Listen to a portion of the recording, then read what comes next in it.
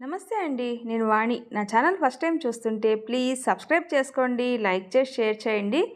ఈరోజు మనం శ్రీదేవి కుసుమంచి గారు రచించిన శరీరానికే వైకల్యం అనే ఒక మంచి కథను విందాం. ఆయాసపడుతున్న 9 నెలల గర్భిణీ స్త్రీని కూర్చోమని బస్సులో సీట్ ఇచ్చిన ప్రసాద్ని చూసి, అదేంటి తమ్ముడు, నీకు కాలు పోలియో, నువ్వు నిలబడలేవు ఎక్కువసేపు, నేను ఎలాగో నిలబడతాను అన్న ఆమెతో, లేదక్కా, నా శరీరానికే వైకల్యం కానీ మనసుకు కాదు అన్న ప్రసాద్ కథ ఏమిటో వినేద్దామా? ప్రసాద్ చెయ్యెత్తకపోయినా ఆ వైపు ప్రతినిత్యం వెళ్లే బస్సు ప్రసాద్ బస్టాండులో ఆ సమయంలో నిలబడితే చాలు, బస్సు తన కోసమే వచ్చింది అన్నట్టు దగ్గరకు వచ్చి మరీ ఆగుతుంది. ప్రసాద్ పట్టణంలో డిగ్రీ 2వ సంవత్సరం చదువుతున్నాడు. తను రోజు కాలేజీకి బస్సులో వెళ్తాడు. ఆ రోజు బస్సు కోసం ప్రసాద్ బస్టాండ్లో నిలబడ్డాడు. ఎప్పటిలాగే బస్సు ప్రసాద్ వద్దకు వచ్చి ఆగింది. ప్రసాద్ ఎక్కిన బస్సు ప్రతినిత్యం వచ్చేదే. కండక్టరు పాతవాడే, డ్రైవరు ఎప్పటివాడే. ప్రతిరోజు ప్రసాద్కై ఎదురు చూసే ప్యాసింజర్లు వాళ్లే. కానీ ప్రసాద్కి మాత్రం ఎప్పుడు ఎక్కే బస్సులా అనిపించలేదు. ఎందుకంటే ప్రసాద్ బస్సు ఎక్కగానే కండక్టరు, డ్రైవర్తో పాటు లోకల్ బస్సు కనుక పరిచయం ఉన్న వాళ్ళందరూ కేకలు, అరుపులు, ప్రసాద్ మాటలకై, పాడే పాటలకై ఉత్సాహంతో చూస్తారు. కానీ ప్రసాద్ ఎక్కగానే ఎవ్వరిలోనూ ఆ ఉత్సాహమే కనపడలేదు. ఆ రోజు పిడుగుపడి చిరునవ్వును భయం బీరువాలో దాచినట్టు బుగ్గలు ముడుచుకొని నిస్తేజమైన దీనమైన కళ్ళతో ప్రసాద్ను చూస్తున్నారే తప్ప ఎవ్వరూ పెదవి విప్పటం లేదు. 2 అదరాలకి జిప్ ఏదో వేసినట్టు కండక్టరు, డ్రైవర్ కూడా ఏమీ మాట్లాడటం లేదు. ఎంతో ఉల్లాసంగా ఎక్కే ప్రసాద్ ఒక్కసారిగా గాలి తీసిన బెలూన్లా మారి చురుకుదనాన్నంతా వివేకంతో బందీ చేశాడు. జూనియర్ బాలసుబ్రహ్మణ్యంలా రాగాలతోనే బస్సు ఎక్కే ప్రసాద్ గొంతు మోగబోయింది. తనకి అభిమానులంతా ఉంచే రిజర్వ్ సీటు కూడా ఆ రోజు లేదు. వెనక వేరే సీటు ఉంటే అక్కడికి వెళ్ళి కూర్చున్నాడు.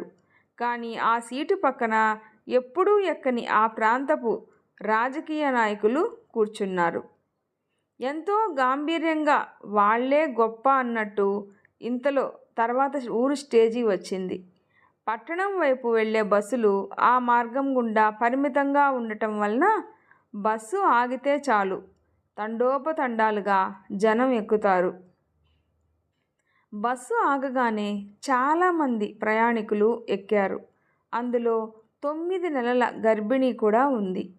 ఎవరి బాధలో వాళ్ళున్నారు. ఎవ్వరూ ఆమెను పట్టించుకోలేదు. ఆమె అప్పటికే ఆయాసపడుతూ ఉక్కిరి బిక్కిరి అయిపోతుంది. వెంటనే ప్రసాద్ లేచి తనని పట్టుకొని, రా అక్క, జాగ్రత్తగా ఇక్కడ కూర్చోండి అంటూ తన సీటునిస్తూ, లేదంటే లోపల మేనల్లుడు కేక పెడతాడు అనగానే ఆమె ఒక్కసారిగా నవ్వింది. ఆమె ఆయాసమంతా ప్రసాద్ మాటలకి పటాపంచలైపోయింది.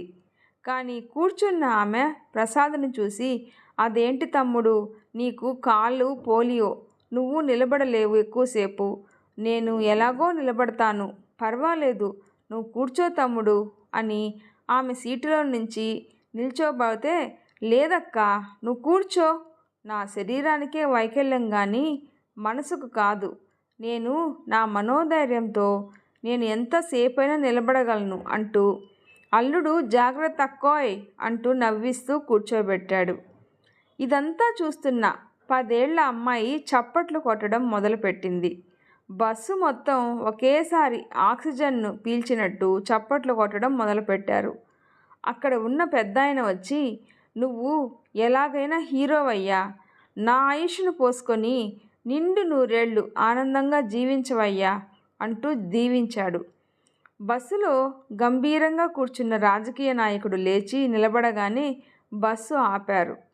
అందరూ నన్ను పెద్ద మనసుతో మన్నించండి, నా కోసమని ఆ వృద్ధుడిని, అతని మనవరాళ్ళని నా మనుషులు బలవంతంగా, మానవత్వం లేకుండా వాళ్ళని సీటులో నుండి లేపేశారు. ప్రజలు సంక్షేమం చూసే నాయకుడి స్థానంలో ఉండి మూర్ఖంగా చూసి కూడా ఊరుకున్నాను అహంతో. అసలైన నాయకుడంటే ఎదుటివారి సంతోషంలో తన సంతోషం వెతుక్కునేవాడు ప్రసాద్ లాగా. వెంటనే ప్రసాద్, నేనేం చేశాను సార్? మొన్న సరిహద్దులో పరాయి దేశస్థులు రక్తం ఓడినట్టు కొట్టిన తొణకని నిండుకుండలా ఉంటూ దేశాన్ని రక్షించాడే అభినందన్, అతను సార్ అసలైన హీరో.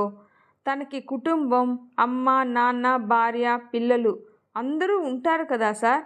వాళ్ళ ప్రేమను త్యాగం చేసి మన కోసం తన ప్రాణాలని, తన కుటుంబ సంతోషాలను పణంగా పెట్టి శత్రువులతో వీరోచితంగా పోరాడి మొక్కవోని ధైర్యంతో నిలబడే అతని దగ్గర మనం ఎంత సార్? అయినా నేను మీకు చెప్పేటంత వాడిని కాను సార్. వయసులో, అనుభవంలో మీరు పెద్దవారు. అయినా ఒకటి సార్, మనము ఏదో చేయనక్కర్లేదు. అవసరానికి చేయూతనిస్తే చాలు సార్. దేవుడెక్కడా ఉండడు, మనలోనే ఉంటాడు అనగానే, నిజమే ప్రసాద్, చిన్నవాడివైనా నీ మాటలు, ప్రవర్తనతో నా కళ్ళు తెరిపించావు. సమాజ సేవ చేయాలంటే రాజకీయ నాయకుడే అవ్వక్కర్లేదు. పలువురికి సాయం చేసే మనసుండి నీలాగా సంపూర్ణత్వం గల మనిషి అయితే చాలు అంటూ తాను ఎమ్మెల్యేగా పోటీకి వేసే నామినేషన్ను ఉపసంహరించుకొని ప్రజల మనిషిగా, ఓ పెద్ద మనిషిగా ఉంటూ ఊరి పెద్ద దిక్కుగా సమస్యలు పరిష్కరిస్తూ ఉన్నదానిలోనే ఆదుకుంటూ మంచి మనిషి అయిపోయాడు. తర్వాత ఎలక్షన్లలో ప్రతిపక్షం అన్న మాట లేకుండా ఆ నియోజకవర్గం ఎమ్మెల్యేగా అతను ఎన్నుకోబడ్డాడు. ప్రసాద్ బాగా చదువుకొని సివిల్స్లో మంచి ర్యాంకు సంపాదించి కలెక్టర్ అయ్యి తన సేవలు ప్రజలకు అందించాడు. ఎదుటివారికి సహాయం చేయాలనే మనసుంటే చాలు, మార్గాలు ఎన్నో ఉంటాయి. వీడియో నచ్చితే ప్లీజ్ లైక్ చేసి షేర్ చేయండి, సబ్స్క్రైబ్ చేసుకోండి, ప్లీజ్ సపోర్ట్ చేయండి. స్టోరీ ఎలా ఉందో తప్పకుండా కామెంట్ చేయండి. Thanks for watching.